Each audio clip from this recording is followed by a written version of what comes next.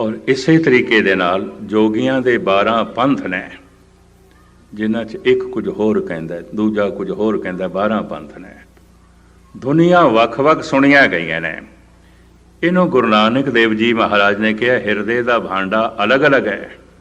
जिमें पानी गिलास दे च पाया, बाल्टी च पाया, कौली च पाया, तो भांडे के आकार का रूप धारण कर गया पानी, वो धुनी मनुख के हिरदे के आकार देख के वैसा ही रूप बना लेंदी है। जिसने ओम कहा उहदे हिरदे की पहचान, जिन्हें राम कहा उहदे हिरदे की पहचान, और जिहदे अंदरों वो धुन जो सुनाई दी है वो अंकार रूप दे उहदे हिरदे की बनती। कलगीधर पातशाह कहते हैं वो अंकार है, वो अंकार आद कथनी लंबा चौड़ा खुलासा है। गुरु नानक ने एका जोड़ दिता, एक यही तो है, दूजी नहीं है, यही है, दूजी नहीं है। इसे विच अनेकां साज ने, इसे विच अनेकां राग ने। इस तक जो पहुँच गया, दर तक पहुँच गया। इस वास्ते शब्द नूं दर कहते हैं। शब्द गुरु है, गुरु नूं द्वारा कहते हैं। लिविंग गुरु, जानी गुरु, श्वास चलदे वन गुरु। ਉਹਦੇ ਨਾਲ ਕੀ ਆਉਂਦਾ? गुरु नानक ਨੂੰ ਵੇਖਣ ਵਾਲਿਆਂ ਨੇ गुरु नानक ਨੂੰ पत्थर मारे, ਭੂਤਨਾ ਬੇਤਾਲਾ ਆਖਿਆ, पर जिन्हों ने सुनिया गुरु नानक ਨੂੰ ਉਹ ਤੇ गुरु नानक तो कुर्बान गए। खेट तो सारी सुनन दी है। जिन्हों ने सिर्फ वेख्या लमकावा ना, उन्होंने पंजवें गुरु नानक ਨੂੰ तत्ती तवी ते बिठा दिता। बड़े बड़े अवतारां नाल की होया? वेखण नाल की होंदा है? तन जड़ है, पंज तत्तां दा पुतला है। पर जिन्हों ने गुरु अर्जन देव जी ने सुनिया, भाई बनो, भाई गुरदास, साई मियाँ मीर, उते निछावर गए, कुर्बान गए। जिन्हों ने सिर्फ वेख्या गुरु गोबिंद सिंह जी महाराज नाल आखिरी दम तक लड़ते रहे। भाईदार दे राजे औरंगजेब, बखत दी हुकूमत शरीक मसंद, सब लड़ते रहे। पर जिन्हों ने सुनिया धन गुरु गोबिंद सिंह जी महाराज नूं, वो ते सतगुरु तो फिदा गए, कुर्बान गए। गुरु सुनन दा विषय है। पहली यात्रा ध्यान दी सुन के होवेगी।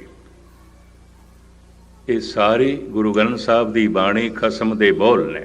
जिहड़ा बोलां नूं प्रगट कर देवे उहनूं अवतार कहंदे ने। जिहड़ा सुन लवे, सुना नहीं सकदा, उहनूं भगत कहंदे ने। ते भगत दो तरह दे ने। कुछ सुनाण दी तौफीक रखदे सन, नहीं बोले, नहीं बोले। कुछ सुनाण दी तौफीक ही नहीं रखते सन।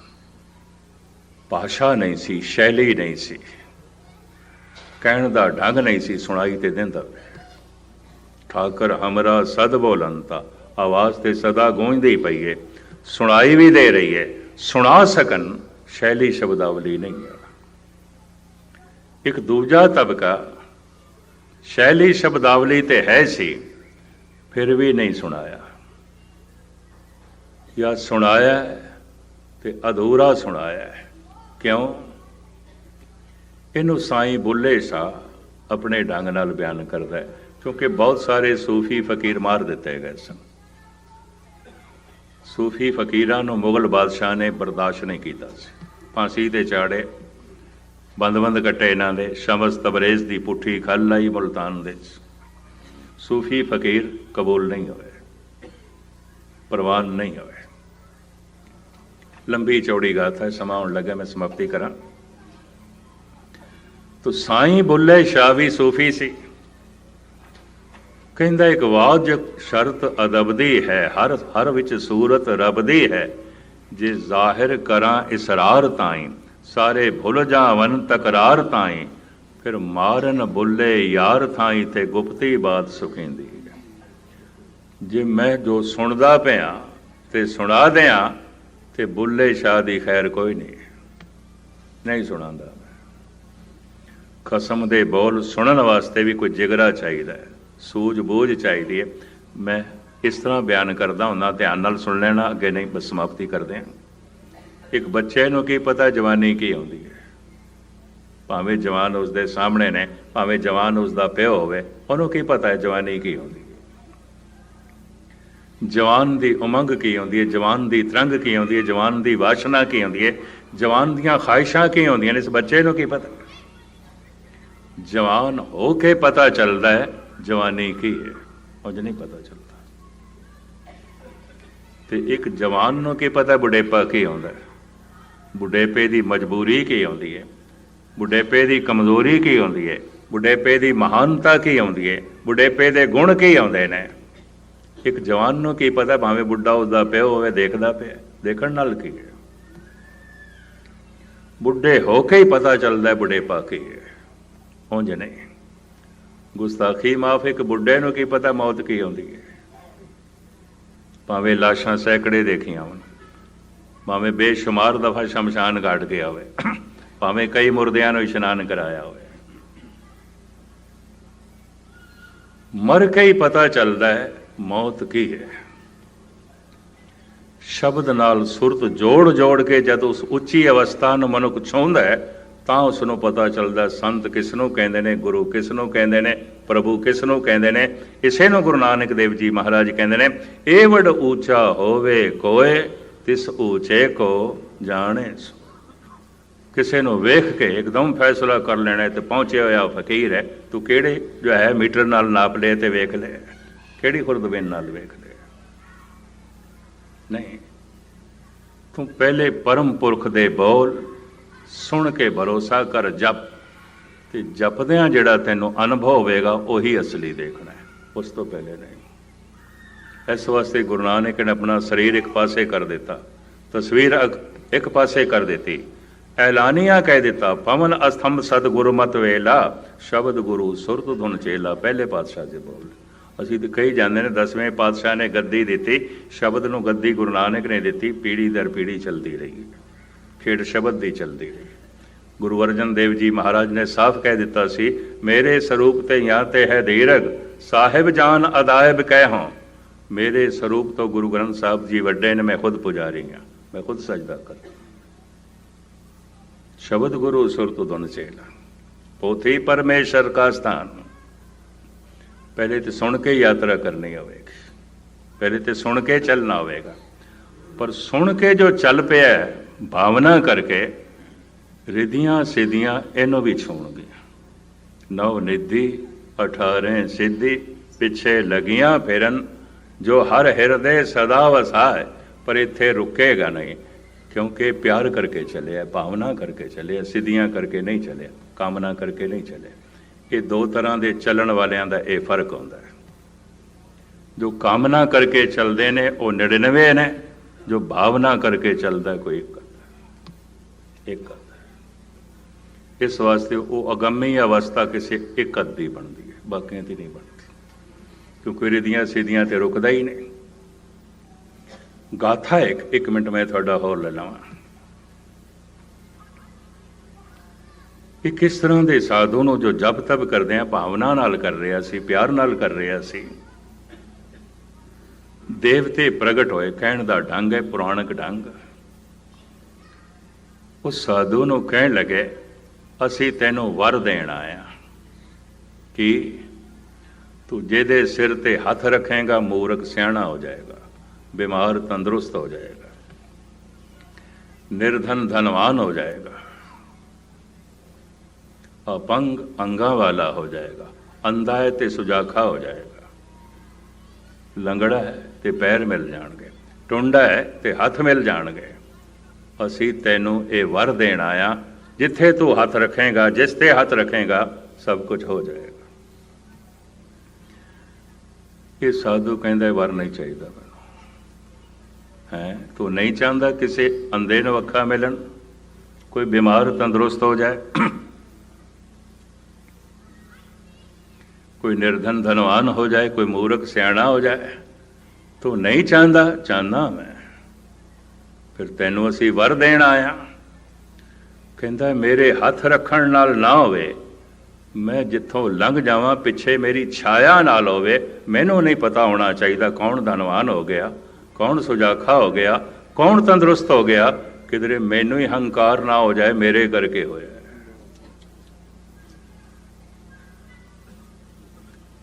मेरे हथ रखण नाल नहीं होना चाहिए। जिन्ना वड्डे वड्डे लोगों ने, महान मनुखा ने, रब्बी प्यार वाले ने जो परोपकार किए, उन्होंने ना कदी जताया ਤੇ ਨਾ ਕਦੀ ਅਹਿਸਾਸ ਕੀਤਾ ਸੀ ਕੋਈ ਪਰਉਪਕਾਰ ਕੀਤਾ।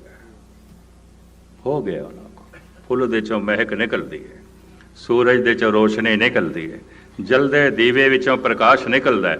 ਪ੍ਰਕਾਸ਼ ਜੋ ਹੈ ਪਰਉਪਕਾਰ ਉਹਨਾਂ ਕੋਲ ਨਿਕਲਦਾ ਹੈ। ਉਹ ਰਿਧੀਆਂ ਸਿੱਧੀਆਂ ਤੇ ਰੁਕਦੇ ਨਹੀਂ। ਕਾਮਨਾ ਕਰਕੇ ਜੋ ਆਰਾਧਨਾ ਕਰ ਰਿਹਾ ਰੁਕ ਜਾਏਗਾ, ਇੱਥੇ ਹੀ ਰੁਕ ਜਾਏਗਾ। ਲੇਕਿਨ ਕਾਮਨਾ ਕਰਕੇ ਆਰਾਧਨਾ ਕਰਨ ਵਾਲਾ ਵੀ ਵਿਅਰਥ ਨਹੀਂ ਜਾਏਗਾ, ਮਿਲ ਜਾਂਦੇ ਹਨ। ਕਾਮਨਾ ਦੀ ਪੂਰਤੀ ਹੋ ਜਾਏਗੀ, ਰੁਕ ਜਾਏਗਾ। ਤੇ ਕਾਮਨਾ ਦੀ ਪੂਰਤੀ ਹੋ ਗਈ, ਸਿੱਧੀ ਹੋ ਗਈ, ਸਿੱਧੀ ਤੇ ਹੋ ਗਈ ਹੈ ਕਾਮਨਾ ਦੀ ਪੂਰਤੀ। ਰੁਕ ਕੀਤਾ ਹੀ ਸਭ ਕੁਝ ਕਾਮਨਾ ਵਾਸਤੇ ਸੀ। ਪਾਠ ਰਖਾਇਆ ਸੀ, ਲੰਗਰ ਚਲਾਇਆ ਸੀ, ਸਭ ਕੁਝ ਕੀਤਾ ਸੀ ਇਸੇ ਕਾਮਨਾ ਦੀ ਪੂਰਤੀ ਵਾਸਤੇ। ਹੋ ਗਈ ਗੱਲ ਖਤਮ। ਕੀ ਜਾਣਾ ਹੁਣ ਗੁਰਦੁਆਰੇ? ਕੀ ਕਰਨਾ ਹੈ? ਕੀ ਕਰਨਾ ਹੈ? ਜਪ ਤਪ ਕਰਕੇ। ਗਹਿਰਾ ਜਬ ਤੱਕ ਭਾਵਨਾ ਨਾਲ ਹੋਵੇਗਾ, ਕਾਮਨਾ ਨਾਲ ਨਹੀਂ ਹੋਵੇਗਾ। ਔਰ ਇਹ ਧਿਆਨ ਵਿਗਿਆਨਮਈ ਕੋਸ਼ ਤੇ ਚੌਥੇ ਕੋਸ਼ ਤੇ ਪਹੁੰਚਦਿਆਂ ਮਨੁੱਖ ਨੂੰ ਸਿੱਧ ਬਣਾ ਦਿੰਦਾ ਹੈ। ਪਰ ਭਗਤ ਨਹੀਂ, ਸੰਤ ਨਹੀਂ, ਬ੍ਰਹਮ ਗਿਆਨੀ ਨਹੀਂ, ਹਨੂਜ਼ ਦਿੱਲੀ ਦੂਰਸਤ, ਅਜੇ ਪੜਾਓ ਅੱਗੇ। ਬਾਕੀ ਇਹ ਵਿਚਾਰਾਂ ਮੈਂ ਕੱਲ ਤੁਹਾਡੇ ਸਾਹਮਣੇ ਰੱਖਾਂਗਾ। ਖੁਲਾਸਾ ਕੀਤਾ ਇਸ ਸਮੇਂ 'ਚ, ਖੋਲ੍ਹੀ ਇਹ ਗੱਲ। ਇਹ ਹੁਣ ਤੁਸੀਂ ਅੱਜ ਨਿਰਣਾ ਕਰ ਲੈਣਾ। ਸਾਡਾ ਆਉਣਾ, ਸਾਡਾ ਜਪ ਤਪ, ਸਾਡਾ ਪੜ੍ਹਨਾ, ਸਾਡਾ ਸਭ ਕੁਝ ਕਰਨਾ ਕਿਸੇ ਕਾਮਨਾ ਕਰਕੇ ਜਾਂ ਭਾਵਨਾ ਕਰਕੇ। ਕੁਝ ਐਸੇ ਵੀ ਤਬਕੇ ਆਉਣਗੇ, ਮਨੋਰੰਜਨ, ਚਲੋ ਹੋ ਆਉਂਦੇ ਹਾਂ ਗੁਰਦੁਆਰੇ, ਸਮਾਂ ਪਾਸ ਕਰਾਂਗੇ, ਨਾ ਕਾਮਨਾ ਨਾ ਭਾਵਨਾ। ਇਹ ਤਬਕਾ ਵੀ ਹੋ ਸਕਦਾ ਹੈ, ਥੋੜਾ ਜਿਹਾ ਹੋ ਸਕਦਾ ਹੈ। ਐਸੇ ਲੋਕ ਕਿਸੇ ਹੱਦ ਤੱਕ ਵਾਈਬ੍ਰੇਸ਼ਨ ਖਰਾਬ ਕਰ ਦੇਣ। ਜੋ ਸਤਸੰਗ ਦੀ ਬਣਦੀ ਹੈ, ਹਵਾ ਬਣਦੀ ਹੈ, ਉਹਨੂੰ ਖਰਾਬ ਕਰਦੇ, ਮਨੋਰੰਜਨ ਲਈ ਆਏ। ਪਰ ਮੈਂ ਫਿਰ ਅਰਜ਼ ਕਰਾਂ, ਜੋ ਕਾਮਨਾ ਕਰਕੇ ਵੀ ਆਏ ਨੇ, ਭਾਵਨਾ ਕਰਕੇ ਆਏ ਨੇ, ਅਜੇ ਸਤਸੰਗ ਦੇ ਦਾਇਰੇ 'ਚ ਨੇ। ਹੋ ਸਕਦਾ ਹੈ ਕਾਮਨਾ ਕਰਨ ਵਾਲੇ ਨੂੰ ਵੀ ਕਿਧਰੇ ਰਸ ਆਉਣ ਲੱਗ ਪਵੇ ਤੇ ਉਹਦੀ ਕਾਮਨਾ ਭਾਵਨਾ ਬਣ ਜਾਏ। ਮੁਹੰਮਦ ਸਾਹਿਬ ਨੇ ਲਾਲਚ ਦਿੱਤੇ, ਹੂਰਾਂ ਮਿਲਣਗੀਆਂ, ਗੋਰੀ ਸ਼ਰਾਬ ਮਿਲੇਗੀ, ਸੋਨੇ ਦੇ ਮਹਿਲ ਮਿਲਣਗੇ। ਖਲੀਫਿਆਂ ਨੇ ਕਿਹਾ ਵੀ ਸੀ, ਮਹਾਰਾਜ ਇਹ ਕੀ, ਹਜ਼ਰਤ ਇਹ ਕੀ? ਮੁਹੰਮਦ ਸਾਹਿਬ ਕਹਿੰਦੇ ਸਰ ਕਰਨ ਤੇ ਦਿਓ, ਕਰਨ ਤੇ ਦਿਓ। ਪਹਿਲੇ ਇਹਨਾਂ ਦੇ ਮੂੰਹ 'ਚ ਇਹ ਹੀ ਪਾਉਂਦੇ ਹਾਂ, ਫਿਰ ਦੇਖਦੇ ਹਾਂ ਅਸਲੀ ਗੱਲ ਦਾ ਮਤਾ ਇਹਨਾਂ ਨੂੰ ਸਵਾਦ ਆ ਜਾਏ। ਮਤਾ ਕਿਧਰੇ ਨਮਾਜ਼ ਨਾਲ ਜੁੜ ਜਾਣ, ਮਤਾ ਕਿਧਰੇ ਖੁਦਾ ਨਾਲ ਜੁੜ ਜਾਣ। ਉਜਾਗਰ ਕਾਮਨਾ ਕੀਤੀ, ਪਰ ਅੰਦਰ ਮੁਹੰਮਦ ਸਾਹਿਬ ਦਾ ਅਕੀਦਾ ਇਹਨਾਂ ਨੂੰ ਖੁਦਾ ਨਾਲ ਜੋੜਨਾ ਹੈ। ਇਹਨਾਂ ਦੇ ਚੋਂ ਵੀ ਕੁਛ ਇੱਕ ਮਨੁੱਖ ਕਾਮਨਾ ਕਰਕੇ ਜਪਦੇ ਜਪਦੇ ਹੋ ਸਕਦੀ ਹੈ ਉਹਨਾਂ ਦੀ ਕਾਮਨਾ ਭਾਵਨਾ 'ਚ ਤਬਦੀਲ ਹੋ ਜਾਏ, ਔਰ ਕਾਮਨਾ ਦੀ ਪੂਰਤੀ ਤੇ ਰੁਕਣ ਨਾ, ਚੱਲ ਹੀ ਪੈਣ। ਇਹ ਬਾਕੀ ਖੁਲਾਸਾ ਕੱਲ ਤੁਹਾਡੇ ਸਾਹਮਣੇ। ਸਾਰਿਆਂ ਦਾ ਧੰਨਵਾਦ, ਬੜੇ ਟਿਕਾਉ ਨਾਲ ਸੁਣਿਆ। 2 ਦਿਨ ਮੈਂ ਹੋਰ ਤੁਹਾਡੇ ਚਰਨ ਪਰਸਣੇ ਨੇ। ਆਰੰਭ ਕੀਤਾ ਹੈ ਮਜ਼ਮੂਨ ਪੰਥ, ਪੰਥੀ ਔਰ ਧਰਮ। ਧਰਮ ਪੰਥ ਜੋ ਚੱਲਦਾ ਹੈ ਉਹ ਪੰਥੀ ਹੈ, ਪੰਥ ਤੇ ਜੋ ਚੱਲਦਾ ਹੈ ਪੰਥੀ ਹੈ, ਜੋ ਪਹੁੰਚ ਗਿਆ ਉਹ ਧਾਰਮਿਕ। ਜੋ ਪੰਥ ਤੇ ਚੱਲਦਾ ਹੈ ਧਾਰਮਿਕ ਨਹੀਂ ਹੈ। ਇਸ ਵਾਸਤੇ ਬਾਣੀ ਦਾ ਪਾਠ ਕਰਨ ਵਾਲੇ, ਰੋਜ਼ ਗੁਰਦੁਆਰੇ ਆਉਣ ਵਾਲੇ, ਜਦ ਕੁਝ ਖਰਮਸਤੀਆਂ ਉਹਨਾਂ ਦੀਆਂ ਉਜਾਗਰ ਹੁੰਦੀਆਂ ਲੋਕੀ ਕਹਿੰਦੇ ਨੇ, ਤੇ ਮੈਂ ਉਹਨਾਂ ਨੂੰ ਕਹਿੰਦਾ ਹੁੰਦਾ ਧਾਰਮਿਕ ਨਹੀਂ ਨੇ, ਪੰਥੀ ਨੇ। ਰਸਤੇ 'ਚ ਹੀ ਨੇ, ਰਸਤੇ ਦੀਆਂ ਠੋਕਰਾਂ ਵੀ ਆਉਂਦੀਆਂ, ਰਸਤੇ ਦੀ ਤੋੜ ਵੀ ਆਉਂਦੀ ਹੈ। ਇਹ ਕੋਈ ਧਾਰਮਿਕ ਨਹੀਂ ਨੇ, ਪੰਥੀ ਨੇ, ਰਸਤੇ ਦੇ 'ਚ ਨੇ। ਤੇ ਜੋ ਰਸਤੇ ਦੇ 'ਚ ਵੀ ਨਹੀਂ, ਉਹਨਾਂ ਨੂੰ ਕਹਿੰਦੇ ਨੇ ਅਧਾਰਮਿਕ। ਇਸ ਤਰ੍ਹਾਂ ਇਹ 3 ਸ਼੍ਰੇਣੀਆਂ ਬਣਦੇ ਨੇ, ਅਧਾਰਮਿਕ, ਪੰਥੀ, ਧਾਰਮਿਕ।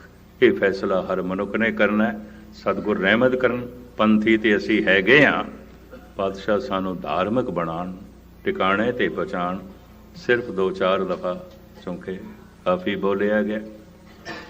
ਤੁਸੀਂ ਬੈਠਿਆਂ ਥੱਕ ਗਏ ਹੋਵੋਗੇ, ਤੇ ਮੈਂ ਕਥਨ ਕਰਦਿਆਂ ਮੇਰਾ ਕੰਠ ਸਿਰਫ 1-2 ਦਫਾ ਇਕਾਗਰਤਾ ਬਖਸ਼ਣੀ ਔਰ ਜਪ ਕੇ ਧੁਨ ਦੇ 'ਚ ਧਿਆਨ ਜੋੜਨਾ। ਮੈਂ ਫਿਰ ਅਰਜ਼ ਕਰਾਂ, ਧੁਨ ਦੇ 'ਚ ਧਿਆਨ ਜੋੜਨਾ ਕੀ ਹੈ? ਸੁਣਨਾ। ਫਿਰ ਕਈ ਪੁੱਛਣਗੇ ਧਿਆਨ ਕਿੱਥੇ ਜੋੜੀਏ? ਅਗਰ ਧਿਆਨ ਕਿਸੇ ਹੋਰ ਪਾਸੇ ਜੋੜਿਆ ਤੇ ਸੁਣੇਗਾ ਕੌਣ? ਫਿਰ ਗਾਵੀਏ, ਸੁਣੀਏ। मानिए रखिए भाव, भावना करके जप करो, गाओ ते सुनो, गाओ ते सुनो। सुनना ही ध्यान जोड़ना, अगर ध्यान नहीं तो फिर कौन सुनेगा, शब्द के अंदर नहीं जाएगा।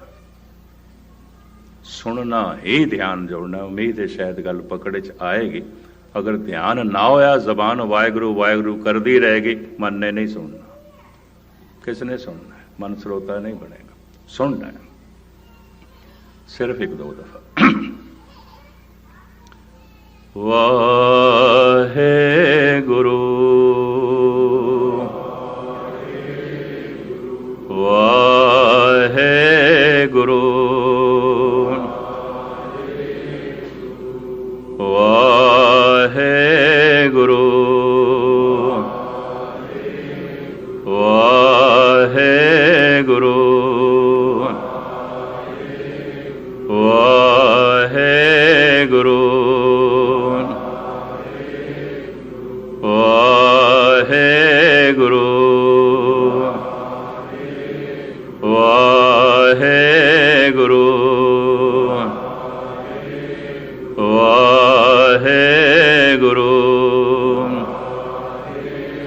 वाहे गुरु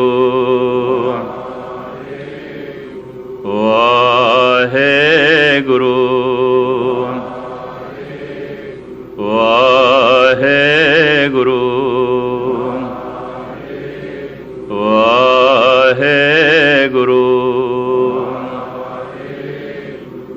धन गुरु नानक दी महाराज दी मेहरामत, जिवें असी जबान नूं बोलण वास्ते राजी कर लैंदे आ, मन सुनन वास्ते भी राजी हो जाए, मन ਸਰੋਤਾ भी बन जाए, फिर शब्द मन दे च वस गया, मन परमात्मा हो गया। मन तू जोत स्वरूप है, अपना मोल पछाण। जन्मां जन्मांतरां दा जो सूक्ष्म शरीर दा ढांचा बनया होया सी, वो ज्योति जोत रली संपूर्ण थिया राम, और यात्रा सफल हो जाती है। पातशाह सारियां दी जीवन यात्रा सफल करन। भुल चुक दी क्षमा, फतेह प्रवान करने।